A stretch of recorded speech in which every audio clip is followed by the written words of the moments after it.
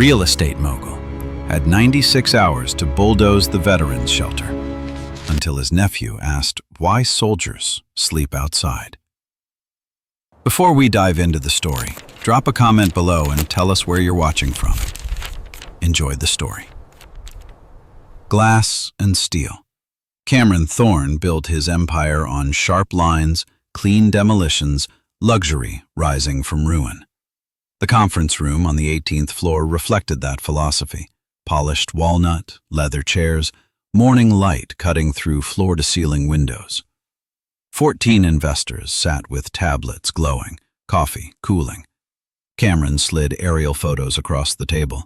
Red demolition overlay marked the target. Demolition begins in 96 hours. Current structure houses a veterans shelter. Lease expires Friday midnight. Development projects 42% ROI. Waterfront premium, pre-sale list at 200 units. Marcus Gould, lead investor, leaned forward. Current occupants? Relocation offers prepared. City has overflow facilities. The vote came fast. Hands rose. Unanimous approval. Marcus reminded him, "Press gets wind before Friday, we'll have protesters blocking bulldozers." His assistant knocked. "Mr. Thorne, your nephew's school called.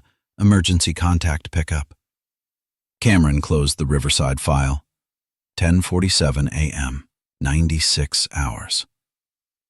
3 stories of faded brick, cracked concrete steps, autumn sun warming a building that had seen better decades. Cameron parked at the curb. His navy suit and Italian loafers didn't belong. 2 veterans on the front steps watched him approach, smoke curling between them. Inside, industrial cleaner smell, old linoleum, bulletin boards covered in VA information. A woman's voice cut through from an office. "If you're here to help, grab a box. If you're here to tour, come back Monday." Cameron stepped to the doorway. Mid-30s, jeans and shelter t-shirt, dark hair pulled back. Dog tags on a thin chain caught light above her collar. "I'm Cameron Thorne. I own the building." She looked up, held his gaze 3 seconds, returned to paperwork. "Then you know where the door is." The phone rang. She answered, coordinated a bed assignment, turned away. Cameron stood in the doorway, uncertain for the first time in years. 20 minutes later, he was still there. A veteran entered, hands shaking, breathing rapid. 2 residents immediately flanked him, guiding him toward a side room. The woman moved fast down the hallway. "Michael, room 2. I'm getting the med kit." Cameron followed at a distance. Through the doorway, he watched her kneel beside the veteran, voice low, steady. "Michael, you're at Riverside. You're safe. Tell me what you see in this room." Michael's breathing slowed. He named objects. Staff arrived with water and medication. She coordinated like battlefield triage, assigned tasks, monitored vitals, never raised her voice. 12 minutes. Crisis resolved. Michael resting with peer support. She nearly collided with Cameron in the hallway. "That's what we do. We keep people alive." Questions? He had none. She walked past him, fingers briefly touching the dog tags, disappeared around the corner. Her office was cramped, 10 by 12, one window overlooking an alley, desk buried under intake forms. Cameron knocked on the open frame. 5 minutes, budget review at 4. She didn't stop typing. Cameron entered anyway. "I'm prepared to offer relocation assistance. $3,000 per resident, deposits covered, transportation." She stopped typing, looked at him. Hand moved to the dog tags. "You think 3,000 buys dignity? These men gave everything for people like you. They don't need overflow. They need home." Cameron tried financial logic, markets, timelines, investor obligations. She stood, picked up her clipboard. 17 men waiting for dinner coordination. You have your deal. I have my work. She walked past into the hallway. Cameron watched through the doorway as she organized meal service with hand signals, resolved a budget conflict, coordinated volunteers. She was solving in minutes what would take him consultants and committees. Dining hall, 5:45 p.m. Industrial kitchen serving 48 veterans, long tables with mismatched chairs, steam rising. Chili and cornbread, fluorescent lights buzzing overhead. She served food with volunteers, calling residents by name, knowing dietary restrictions without checking lists. Practiced care, not procedure. The veterans noticed him. Suit, expensive watch. Conversations quieted. She approached Cameron. "You're making people uncomfortable. This is their home. You don't get to stand here taking inventory. I'm trying to understand the operation." "No, you're trying to justify demolition. There's a difference." He asked to speak privately. She led him to the courtyard behind the building. Concrete patio with picnic tables under a struggling maple. Arms crossed. Waited. Cameron made a higher offer. $5,000 per resident. I'll personally oversee relocation. 6 months transitional housing. He pulled out his checkbook. Her hand went to the dog tags. Voice calm, but final. "These men stay together or scatter. I choose together. You can't buy your way out of what you're doing." She walked back inside. Cameron pocketed the checkbook, realized money wouldn't solve this. Through the fence, he saw memorial benches, names, dates. U.S. Army, U.S. Marines, U.S. Navy. Cameron's office felt different with Oliver in it. 8-year-old sat in a leather chair too large, legs swinging, coloring with crayons on printer paper. Backpack against the chair leg. School uniform rumpled. Jennifer was in surgery. Oliver was Cameron's responsibility today. Cameron ended an investor call, noticed Oliver's drawing, a building with stick figures, trees, a parking lot. Childish, but detailed. "What are you working on, buddy?" Oliver looked up. "The place you visited yesterday. You told Mom you had to check a building." Cameron studied the drawing. Oliver had been listening to his phone calls. "Why are you knocking it down?" "It's old. We're building something new. Better." "What's inside now?" Cameron hesitated. "A place where people stay temporarily. They'll move somewhere else." "Where?" He didn't have an answer ready. The phone buzzed. Contractor calling about demolition. Cameron signaled Oliver to keep drawing. Took the call. Chain link fence. Future site of Riverside luxury condominiums banner. Construction trailer in the lot.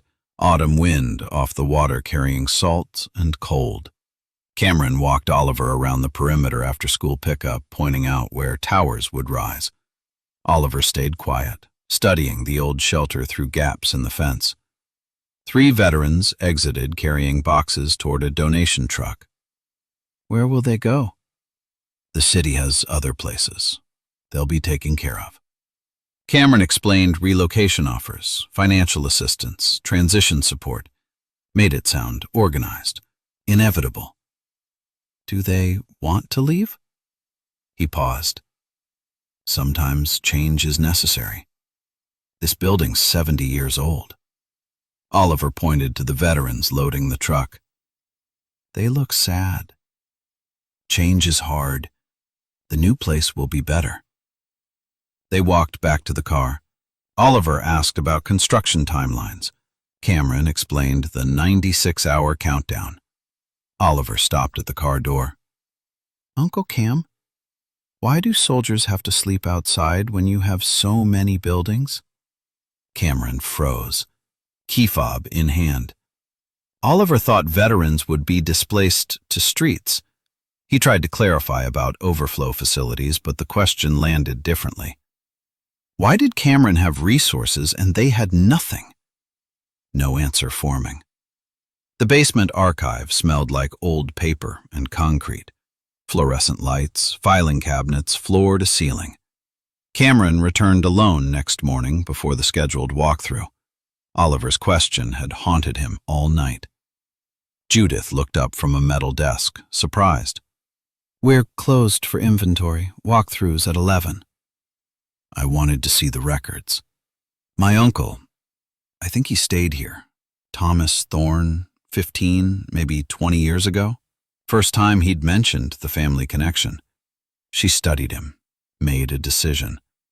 Pulled her keyring, unlocked a cabinet marked 1998 to 2010, flipped through intake forms in silence. Found him. Thomas Thorne. Admitted March 2008. Lung disease complications. Stayed 7 months. Deceased January 2009. She pulled a photo from the file. Group picture, holiday meal. Thomas in a wheelchair, frail. Breathing tube, American flag pin on his shirt. 15 men gathered around a cafeteria table. Judith's father visible in the corner. I was a teenager then. Helped my dad run this place. Cameron took the photo. Hands shook slightly. He studied an uncle he barely visited toward the end. Saw him surrounded by community Cameron didn't know existed. Your uncle was loved here. He taught 3 men to read. They still visit his memorial bench outside. First softness in her voice toward him. Cameron looked up. I didn't know. We weren't close. I was building the company. I sent money. Her expression shifted, not to sympathy, to understanding that Cameron had been running from something. Your uncle told people you were busy building something important. He understood. Tightness in Cameron's chest. I was building buildings. He was building community. I had it backwards. His phone buzzed. Board member. Emergency meeting 6 p.m. tonight. Press got wind of the demolition. Home office 8 p.m. Oliver staying overnight while Jennifer recovered. Oliver at the desk, drawing with Cameron's expensive pens. Cameron reviewing contracts nearby, trying not to think about Thomas surrounded by friends while Cameron sent checks. Oliver slid a drawing across the desk. Waited, the shelter in the center. Stick figures labeled soldiers and helpers, boxes showing them moving away, question marks over their heads. Buildings in the background. Cameron's other properties, drawn from business cards Oliver found. I've been thinking about what you said, about them moving. Oliver pointed to the question marks. Cameron tried explaining transitional housing again, city resources, relocation support, but Oliver was looking at him with pure, confused innocence. But Uncle Cam, why do soldiers sleep outside when you have so many buildings? Can't they stay in one of yours? Cameron opened his mouth, closed it. It's not that simple. Business doesn't work. He stopped himself, heard his own deflection. Oliver waited, head tilted, crayon in hand, not pushing, just asking. Cameron leaned back, looked at the drawing, saw the shelter demolition through 8-year-old eyes. A powerful man making soldiers homeless. His phone vibrated. Board member calling. Cameron ignored it for the first time in 20 years. Noon next day, his office. 3 local news vans parked on the street below, reporters with cameras. Rachel fielding calls at reception. His laptop showed news alerts multiplying. Mogul to demolish veterans shelter for luxury condos. The article included interviews with veterans, photos of the shelter, Cameron's corporate headshot, investor board names. His phone rang continuously. Marcus Gould calling for the 4th time in an hour. Cameron read the article. Quotes from displaced veterans. Judith's statement. Profit over people. Background on his previous developments. Marcus finally got through. Emergency board meeting, 6 tonight. Investors are spooked. Press is narrative building. We need unified message or this project dies. It's accurate reporting. We are demolishing the shelter. We're providing housing development and relocation support. Spin matters. Get ahead of this or the board pulls the plug. Cameron watched footage of veterans being interviewed, saw Judith refusing to speak to cameras, maintaining dignity. Rachel entered with media requests. Community groups demanding meetings. City Council scheduling a hearing Friday morning, hours before demolition. Cameron picked up the phone to call PR, saw Oliver's drawing still on his desk. Soldiers sleeping outside, question marks, empty buildings. He froze. Board meeting in 6 hours. Blast lobby, 7 a.m., 72 hours until demolition. Cameron behind a temporary podium with Thorne Development logo, 6 reporters holding recorders, harsh morning light through entrance. PR consultant pressed talking points into his hand. Investors watched via video conference upstairs. Through glass doors, 12 protesters held signs. Homes, not profits. Veterans deserve better. Cameron read the prepared statement. Thorne Development is committed to responsible urban renewal. We're providing comprehensive relocation support. A reporter interrupted. Mr. Thorne, you're displacing 48 veterans with 96 hours notice. How is that responsible? He stuck to script. Lease expiration was negotiated months ago. Another reporter. Your Uncle Thomas Thorne lived at Riverside Shelter before his death. Does that connection influence your decision? Cameron paused too long. The PR consultant stepped in with deflection, but damage was done. He abandoned script. My uncle did stay there. The staff provided excellent care. This project will bring jobs and housing to the waterfront. Even to himself, it sounded hollow. The consultant ended the conference. Reporters shouted follow-ups. News vans pulling up at the shelter 3 blocks away. He got in his car intending to return to office, found himself driving toward the shelter instead. Cameron entered through the basement door at 9:30, avoiding press at front. Utility corridor with exposed pipes, industrial laundry smell. Found Judith in the supply room counting donations, coats, blankets, toiletries. She methodically labeled boxes for transport to overflow facilities. She sensed his presence. Didn't turn. Front door's that way. Press is waiting. I wanted to explain. You explained at your press conference. Responsible urban renewal. I watched it. She continued counting, marked a box with permanent marker. He tried again. The relocation packages are genuine. I've allocated $250,000. Judith finally turned. You think money solves this? It doesn't. These men stay together or they scatter. Scattered means isolated. Isolated means... She stopped, returned to boxes. The city has overflow capacity. 50 beds, Cameron. 50. For 200 homeless veterans in this city. The math doesn't work. They'll end up scattered across 3 counties, lose support system, lose continuity of care. Your money doesn't fix that. She picked up a box, carried it toward stairs. Cameron followed. Then what would fix it? Tell me. Judith set the box down, faced him. I need you to not demolish their home. But you can't give me that, can you? You've got investors and deadlines and contracts. Hand moved to the dog tags. If I back out, I lose the company. 20 years of work. And if you don't, 48 men lose their stability. Choose. She picked up the box, climbed the stairs. 11 a.m., Cameron was still there. He stood in a hallway corner watching Judith coordinate midday operations, kitchen prep, job counselor meeting, medical appointment reminders. The phone rang, intake inquiries despite closure notice. Judith moved between stations, solving problems in real time. Medication prescription mix-up resolved with 3 phone calls. Volunteer schedule gap filled. Conflict de-escalated in 5 minutes. She was triage nurse, social worker, operations manager, conflict mediator, budget analyst, simultaneously with zero wasted motion. She caught him watching, approached. "You're still here?" "I'm trying to understand how this works." "It works because we care more than we sleep.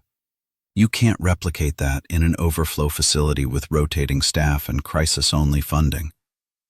She handed him a clipboard with the resident roster. "These aren't numbers. They're Michael, who has nightmares. James, who's been sober 6 months. Robert, who just got custody of his daughter. They know each other's triggers, cover each other's bad days. That's not relocatable." 1 p.m. Small courtyard behind shelter, concrete patio with 4 picnic tables under a struggling maple. Autumn leaves scattered, temperature dropping. Judith sat alone eating a sandwich from a paper bag. First break in 6 hours. Dog tags visible above her collar. Cameron exited, saw her, hesitated.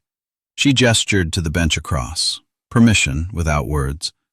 He sat 3 feet away. No food, just presence. Long silence. Sounds of city traffic beyond fence. A crow calling from telephone wire. "Why do you do this?" Cameron asked. Judith chewed, swallowed, considered. "You mean, why do I care, or why do I fight?" "Both." Hand moved to the dog tags. "My father served 2 tours, Iraq. Came home different. Nightmares, depression, couldn't hold jobs. Killed himself 6 years later. I was 19. He needed a place like this. It didn't exist then. So I built it. Not for him specifically, but everyone like him." She looked at Cameron. "Your uncle. Lung disease, you said? How'd he get it?" "Desert storm. Burn pits. Chemical exposure. VA denied connection for 12 years. Acknowledged it 3 months before he died." "Did you visit?" Cameron's jaw tightened. "Twice. I sent money. I was building the company. I told myself he had good care." First admission of failure to another person. Judith didn't absolve or attack, just nodded. "He did have good care. Here, at the end." She stood, picked up her jacket. "I don't know how to fix this," Cameron said. "I know." She walked toward the door, stopped, turned. "But you're still here. That's something." His phone buzzed. Board meeting in 5 hours. He silenced it. Stayed on the bench after she was gone. Maple leaves falling, air cooling. Thomas Thorne Memorial Bench visible near the fence. U.S. Army, 1948 to 2009. 6:30 p.m. Cameron returned after the board meeting, hostile, investors demanding timeline confirmation. Found Judith still working. Desk lamp the only light source, computer screen glow. He carried 2 coffee cups from the diner 3 blocks away, set one on her desk. She looked up, surprised. Noticed the coffee was how she ordered it. She'd mentioned her preference during courtyard conversation. He'd remembered. Truce coffee or pity coffee? Guarded, but tired enough to accept. Took the cup, sipped. Small acknowledgement. Cameron sat in the folding chair across from her desk. They drank in silence briefly. He asked about the memorial benches outside. She explained each represented someone who died after finding stability here. Your uncle's bench was donated by the men in his photo. They pooled money for 3 months. Cameron didn't know. She pulled up records, showed notes from residents about Thomas teaching literacy, helping with VA paperwork, mentoring younger veterans. I didn't know any of that. I just sent checks. He understood. He told people you were busy building something important. Tightness in Cameron's chest. I was building buildings. He was building community. I had it backwards. Judith's phone rang. City housing coordinator with bad news about overflow capacity, further reduced. She took the call. Cameron watched her negotiate, problem solve, absorb blow after blow with steady voice. She hung up, rubbed her eyes. Overflow beds down to 38. We have 48 residents. 10 will end up in general shelter system. Probably lose them. She explained, general shelter is dangerous for PTSD veterans. Sensory overload, theft, violence triggers. How do you keep doing this? Judith's hand went to the dog tags. Because they showed up for our country. Someone has to show up for them. Saturday morning, 48 hours until demolition. Oliver visited with Cameron, backpack with a school project about community helpers. Judith greeted Oliver in the lobby, knelt to his eye level. You must be the nephew. Your uncle says you're a good artist. Oliver showed her his drawing from earlier. She studied it seriously. An elderly veteran approached. Frank, 70s, Vietnam vet, walked with a cane. Judith made introductions. Frank, this is Oliver.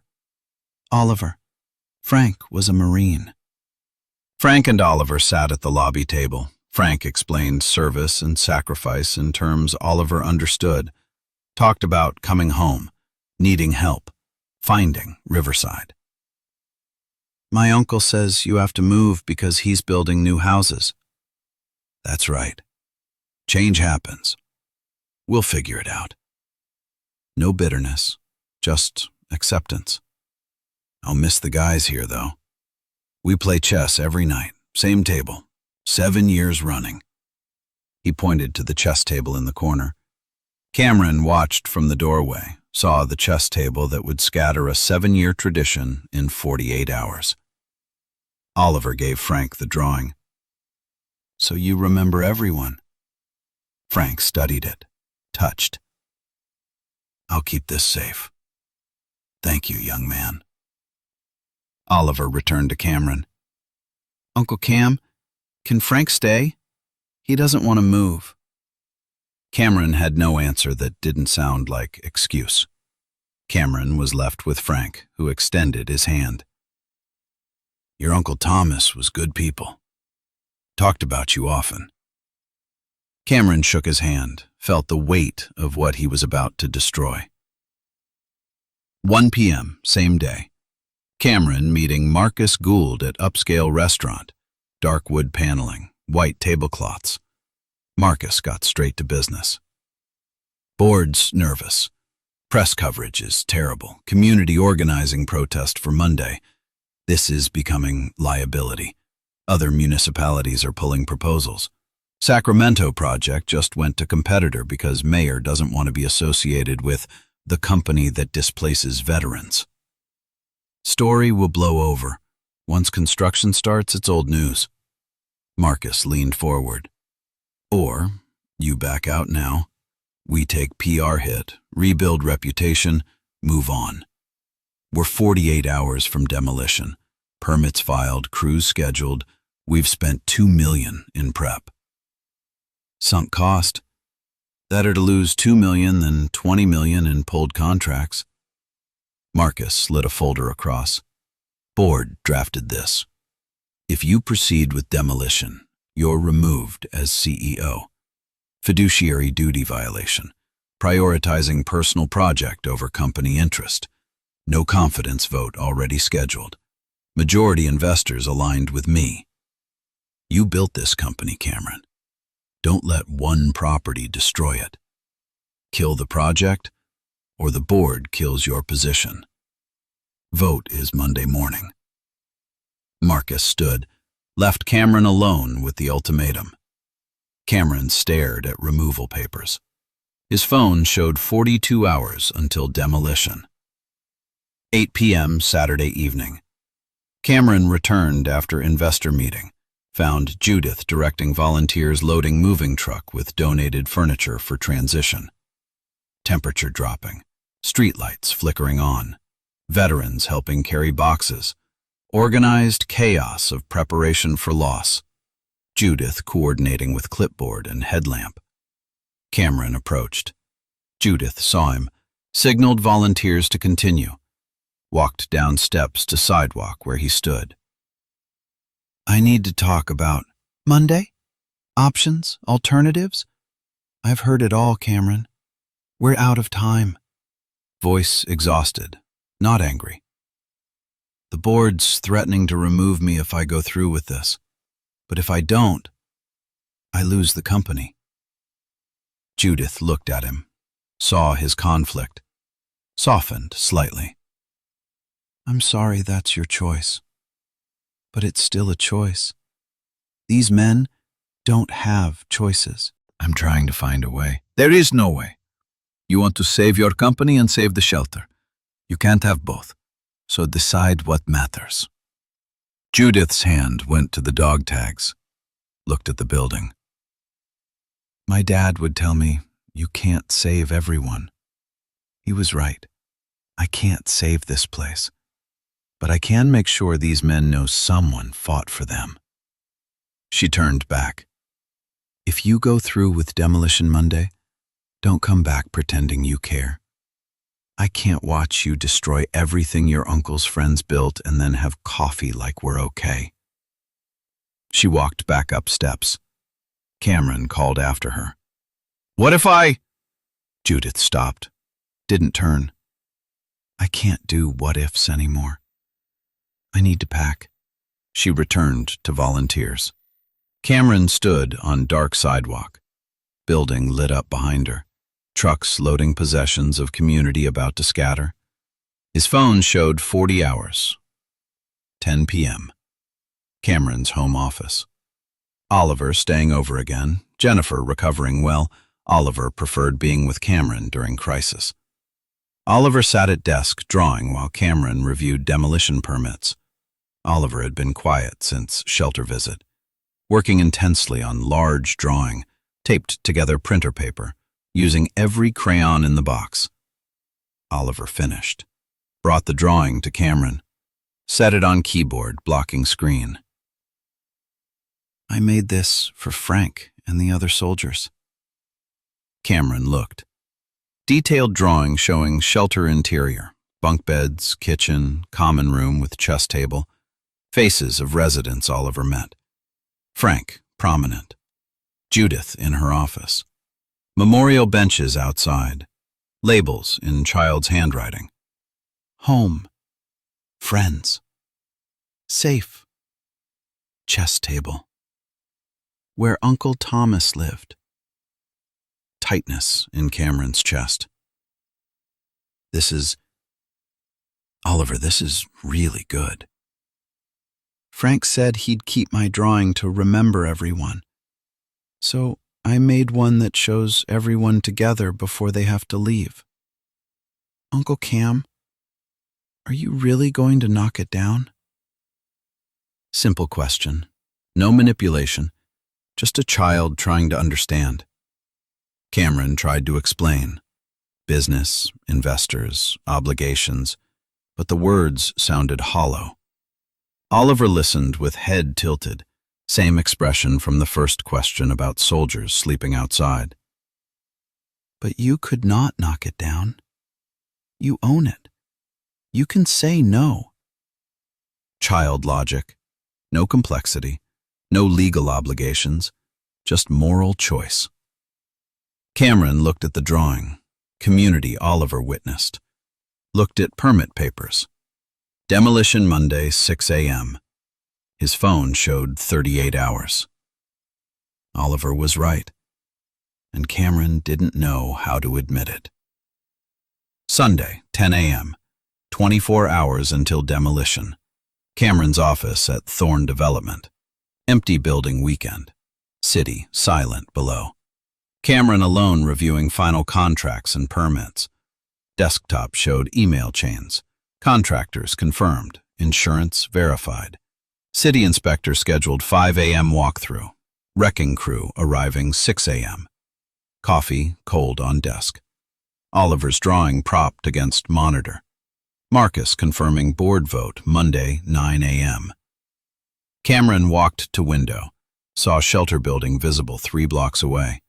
Moving trucks parked outside, figures carrying boxes even on Sunday. He opened desk drawer, pulled out shelter archive photo. Uncle at holiday meal, surrounded by community. Set it beside Oliver's drawing. 2 images of belonging. Cameron was about to demolish. Sat in silence. 24 hours remaining. Realization crystallizing that he'd built 20 years of success on foundation of never having to choose between profit and people. And that foundation was cracking. 6 p.m. Sunday evening. Cameron's living room. Local news playing. Oliver with Jennifer in kitchen. Cameron watching coverage of shelter closure. Lead story. Final hours for Riverside Veterans Shelter. Footage of residents packing, interviews with Frank and other veterans. Shots of protest signs being prepared. Timeline showing demolition in 12 hours. Interview with Frank. I understand business. I just wish there was room in business for people like us. This place saved my life. Tomorrow it's gone. No bitterness, just sadness. Chess table with 7 years of games ending tomorrow sign. Oliver entered from kitchen, saw news coverage. Recognized Frank. Uncle Cam, they're showing the soldiers. He watched silently. Jennifer joined, saw coverage, looked at Cameron. Mom said Uncle Thomas lived there before he died. Did you know? I just found out. Are you really doing this? Cameron didn't answer. Phone rang. Marcus. Board vote is locked. If you proceed, you're out. Last chance to kill project. Oliver watching him with same expression from every question he'd asked. News showing shelter with 12 hours remaining countdown. Oliver's drawing visible on coffee table. 4:30 a.m. Monday. Cameron arrived at shelter. Protesters already gathered. 60 people, cameras, police watching. Judith on steps directing final evacuations. 2 buses idling. Residents boarding with belongings. Staff crying while staying professional. Cameron parked, walked toward building. Protesters saw him. Chanting started. He kept walking. Judith saw him. Expression hardened. He reached steps. Judith, I need to. She held up the hand. Don't. Whatever you're about to say, I don't want to hear it.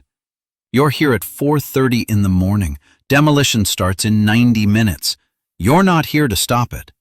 Hand moved to dog tags. You're here to feel better about doing it. She was right. He was seeking absolution, not offering solutions. I can't give you permission to do this, and I can't watch. She walked down steps past him, stopped beside his car. Your uncle died knowing people cared about him. These men will scatter not knowing if anyone fought for them. I fought. I tried to. No. You managed. You calculated. You mitigated. She looked at him. Fighting looks different. She walked to shelter van, didn't look back, drove away behind buses. Cameron stood alone on steps, protesters louder, construction trucks arriving. His phone showed 75 minutes, 5:15 a.m. Cameron sat in his car, contractors unloading equipment, wrecking ball positioning, police managing protesters. His phone rang. Jennifer. He almost ignored it. Answered. Uncle Cam? Oliver's voice. Mom says you're at the shelter. Is it starting? Background sounds of Jennifer trying to take phone. Oliver holding on. I'm here, buddy. Are you knocking it down? Long pause. Protesters visible through windshield. Crane raising wrecking ball. Uncle Cam, are you really going to hurt the soldiers? Not accusatory, genuinely asking.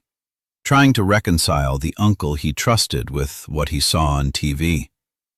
It's more complicated than... Cameron stopped. Couldn't give an 8-year-old the same deflection he'd given everyone else. Oliver waited. You told me you'd think about it. Did you think about it? Cameron looked at dashboard, saw Oliver's drawing still there. Soldiers labeled home, friends, safe. No answer existed that was both honest and kind. Jennifer took phone back. Cam, he's been asking all week. What should I tell him? Tell him, Cameron's voice caught. I don't know. I have to go. He hung up. Protesters chanting, crane engines revving, Oliver's question echoing. 45 minutes. 5:45 a.m. City inspector arrived. Contractors waiting. Protesters at peak. 80 people. Media positioned for coverage. Cameron gripped steering wheel. The building held his uncle's history. Community about to scatter. Memorial benches that would be rubble. Chess table ending 7 years of games. Inspector knocked on his window. Cameron lowered it. Mr. Thorne, we're ready for walkthrough.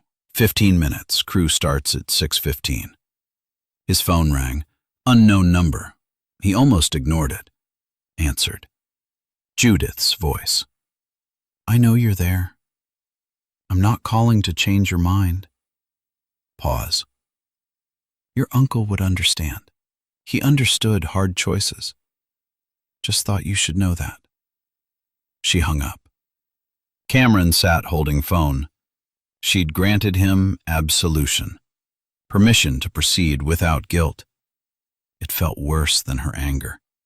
She'd given up fighting, moved to grief. Her surrender made his choice real.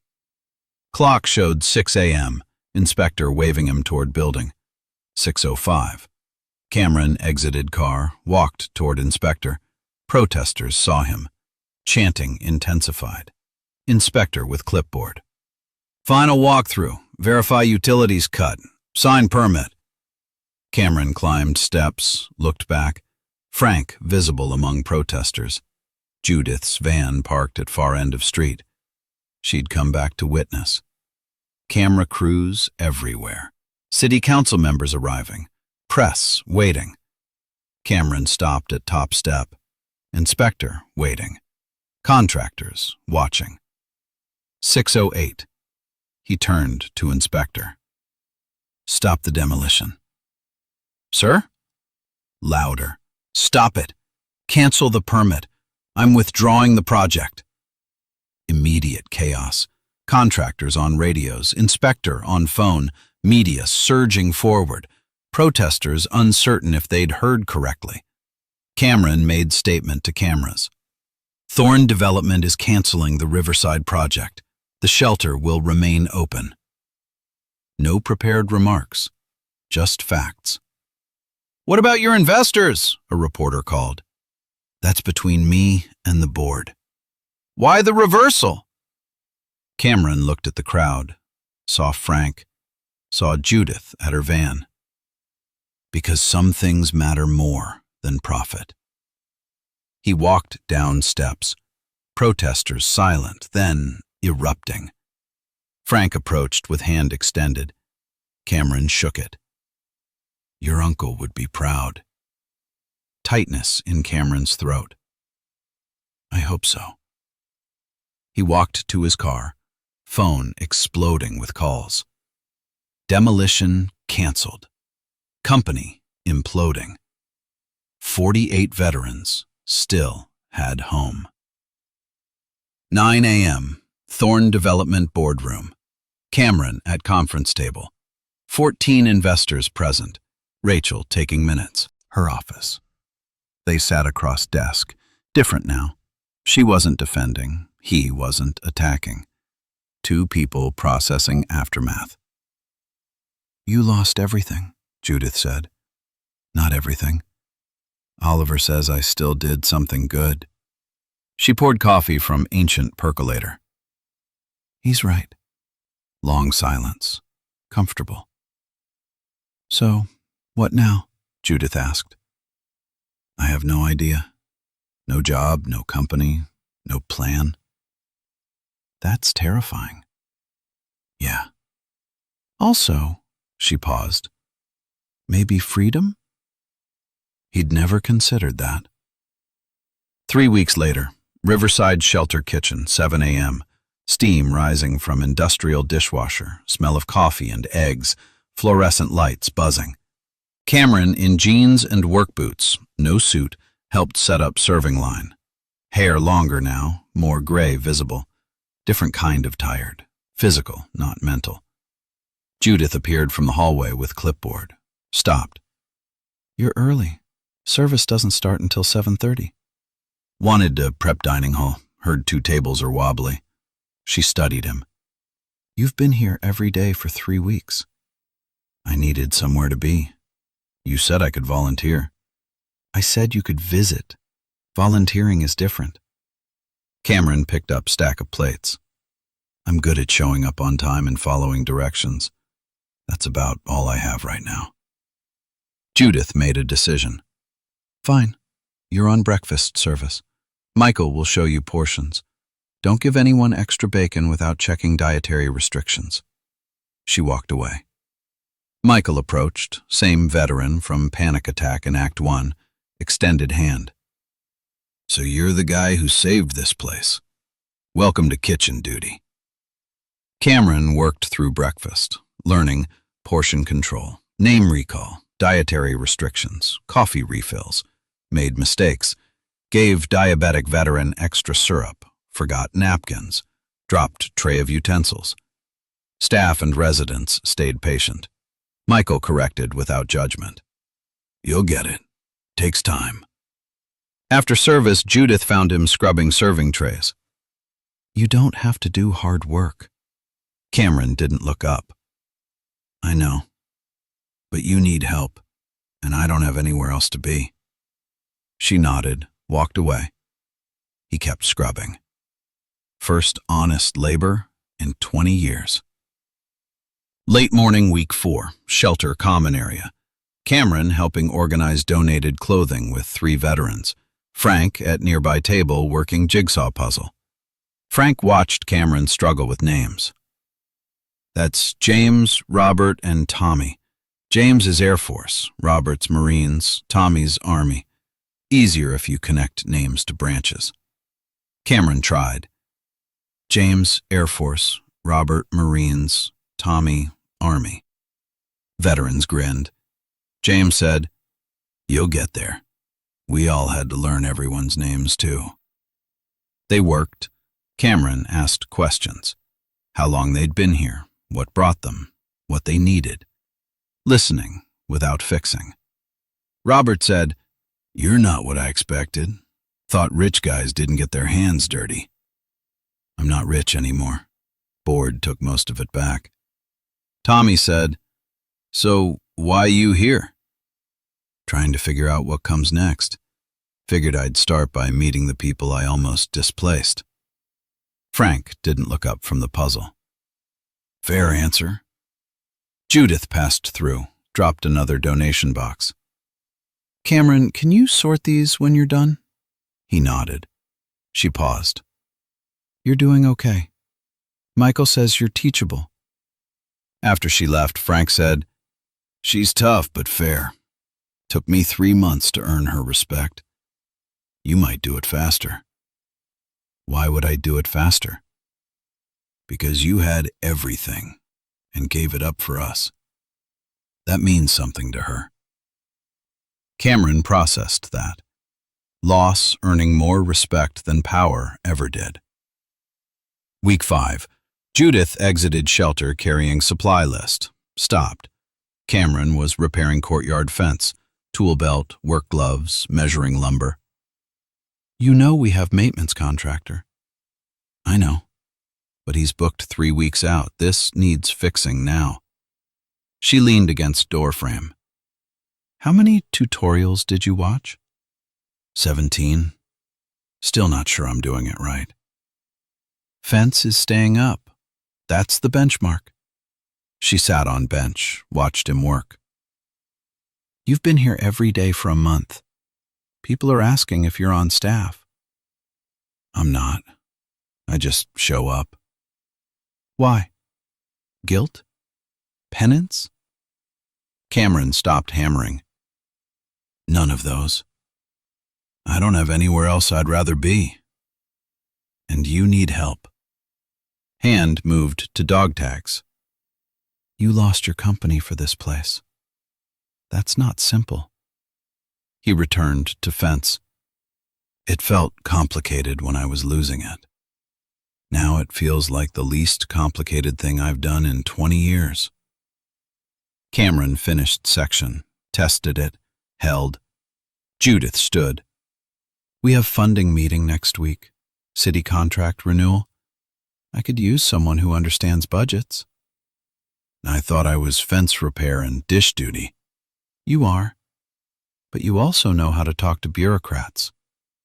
First time she'd acknowledged his skills had value here. I hate talking to bureaucrats. I'll help. 7 a.m. Tuesday. Bring coffee. She walked inside. Cameron stood in courtyard, memorial benches visible, his uncle's name catching late afternoon light. Week 6, Saturday afternoon. Oliver visiting with Cameron. They taught chess to 2 younger residents, Frank supervised from nearby. Oliver's got natural instincts. Kid sees 3 moves ahead. Oliver beamed. After chess, Oliver and Cameron walked memorial bench route. Oliver reading names, asking about each person. Uncle Cam, are you sad you lost your company? Cameron considered. Sometimes.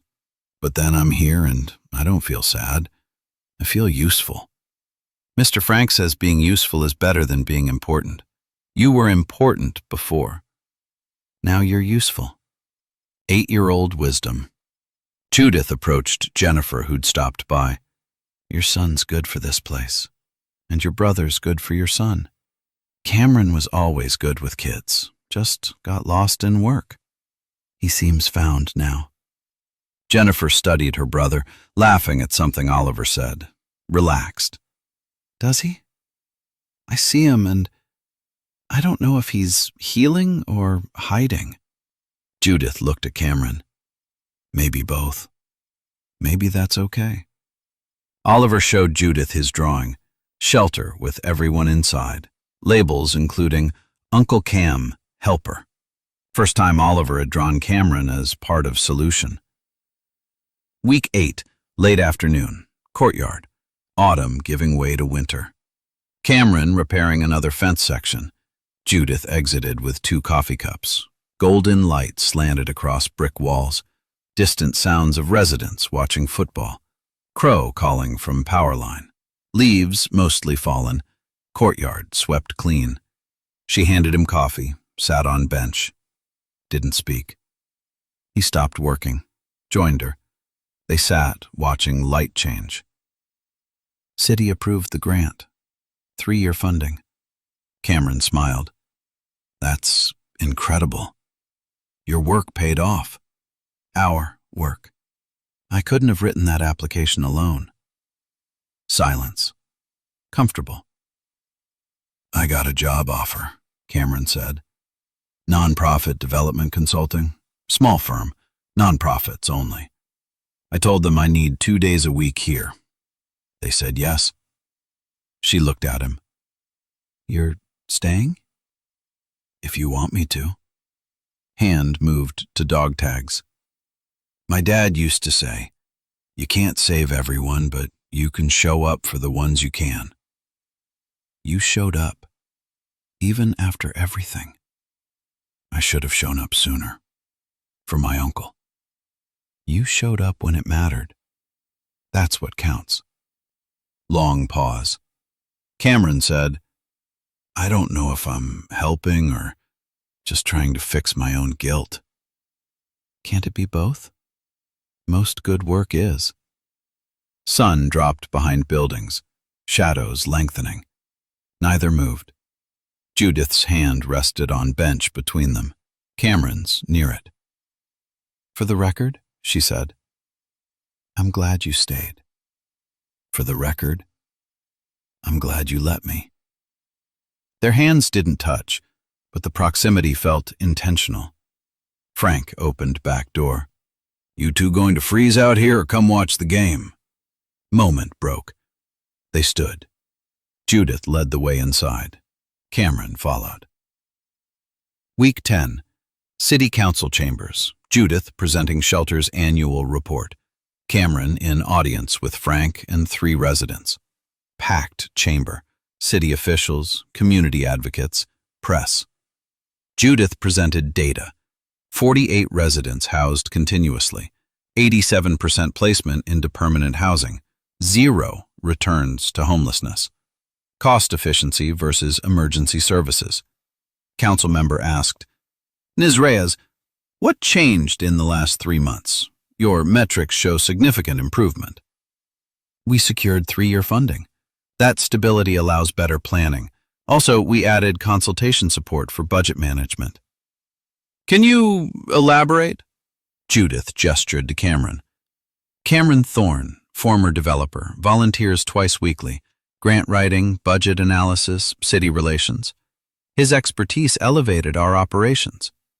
Murmurs in chamber. Some recognized him from demolition controversy. Council chair said, Mr. Thorne, you're volunteering here? Cameron stood. Yes, sir. I volunteer because this place matters. It saved my uncle's life before he died. It's saving 48 lives right now. That's quite a reversal. It's not a reversal. It's what I should have understood from the beginning. He sat. Frank patted his shoulder. Council voted. Unanimous approval. Community advocates applauded. After meeting, she found Cameron. You didn't have to say that publicly. Yes, I did. It's true. Reporters approached. Cameron let Judith handle press. He stood back with residents. The longing to team. Not leading it. Evening after council meeting. Small celebration at Shelter. Pizza donated by local restaurant. Residents and staff gathered at courtyard tables. Cameron and Judith at edge, watching Frank teach Oliver chess strategy. Judith wrapped in jacket Cameron had lent her earlier. Thank you for what you said at council. I wanted to. You deserve recognition. She looked at him. I couldn't have done this without you. You rebuilt your reputation by helping us. I didn't do it for reputation. I know. That's why it worked. They stood close, shoulders nearly touching. Frank caught them looking, winked at Oliver. Long pause. Judith, Cameron stopped, started again. I'll wait. However long it takes, I'm not going anywhere.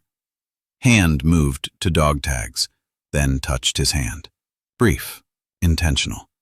I know. That's why I'm not running. She squeezed his hand once, released it. Come on, Frank's puzzle won't solve itself. She walked toward door. Cameron stood in courtyard, hand still warm from contact. He followed her inside. 1 year after demolition was canceled. Memorial Garden. Spring afternoon. Garden ceremony dedicating new bench. Funded by community donations in Cameron's name. His protests overruled. 40 people gathered. Residents, staff, volunteers, city council members. Frank speaking about Shelter's first year of secured funding. Oliver holding ceremonial ribbon. Judith at microphone. Cameron standing back, uncomfortable with recognition. Jennifer beside him. You're allowed to accept appreciation. I just did what anyone should have done. But you actually did it. That's the difference. Judith invited Cameron forward. He joined her reluctantly. New bench with plaque. In recognition of choosing people over profit. Frank and Oliver pulled covering off. Applause. Tightness in Cameron's chest. Judith spoke. A year ago, this place almost disappeared. Cameron Thorne made a choice that cost him everything professionally and saved everything that mattered here. This bench isn't gratitude. It's partnership. He's one of us now. Cameron gave a short speech. Hated public speaking. My uncle lived here before he died. I didn't visit enough. Didn't understand what this place meant. I'm grateful for the second chance. Thank you for letting me belong. He sat quickly. Oliver climbed on the bench beside him. Ceremony ended. People dispersed to refreshments. Cameron stayed on bench with Oliver. Judith joined them, sat on Cameron's other side. Uncle Cam, are you happy now? Cameron considered. Yeah, buddy. I think I am. Good, 'cause you smile more now. Oliver ran to join Frank. Cameron and Judith sat in silence. Her hand found his between them, fingers interlaced, held. Neither spoke. Frank's voice carrying from gathering. Come see the new puzzle! Memorial benches surrounding them, including his uncle's. Shelter building solid behind them. Spring sun, warm. Future uncertain. But foundation secure. Judith's thumb traced circle on Cameron's palm. He squeezed back once. I'm here. I'm staying. They stood together, walked toward community, hands still linked. Belonging found in what was almost destroyed. Quiet hope in every step forward.